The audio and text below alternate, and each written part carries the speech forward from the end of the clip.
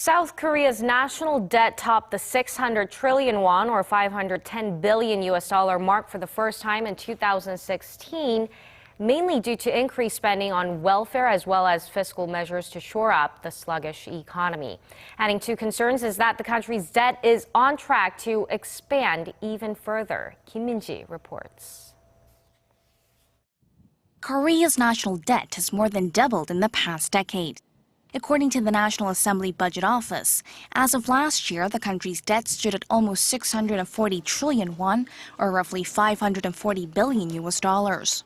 National debt refers to the total amount owed by the central and local governments to the Bank of Korea or to domestic and foreign creditors. It does not include debt owed by state-run firms or the central bank itself. The national debt has been climbing in line with the expanding size of the economy. In 2008, it topped the 300 trillion won mark, or about $260 billion, rose to over $400 billion by 2013, and topped $500 billion by 2015. This year, the figure is expected to reach $580 billion. That means national debt per capita has also risen, last year standing at over $10,000. For now, the country's fiscal health is in relatively good shape. As of 2015, the country's debt-to-GDP ratio stood at a little under 38%.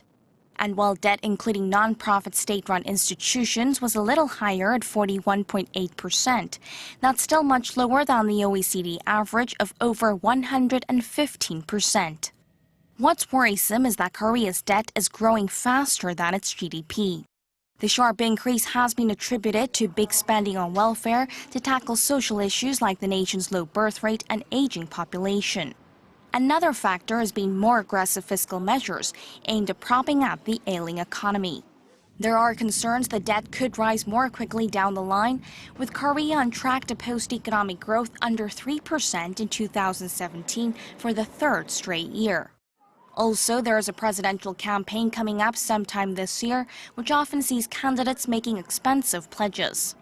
Experts warn that it may not be easy to find the money for those, urging the government to come up with measures to deal with structural issues in the economy and find new areas of growth so as not to hurt the nation's fiscal soundness. Kim Min-ji, Arirang News.